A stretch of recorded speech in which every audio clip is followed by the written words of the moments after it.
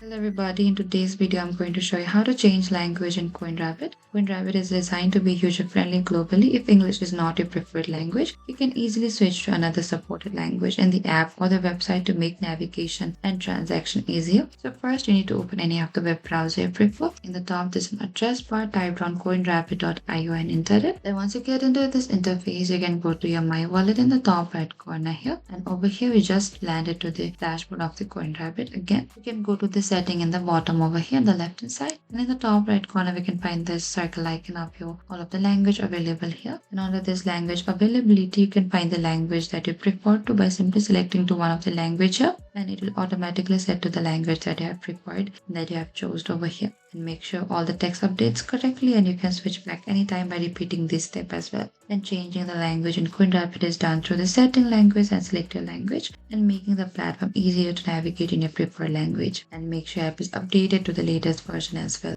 Thank you for watching this video. If you have any queries or confusion, please comment down and we will reach out to you very soon.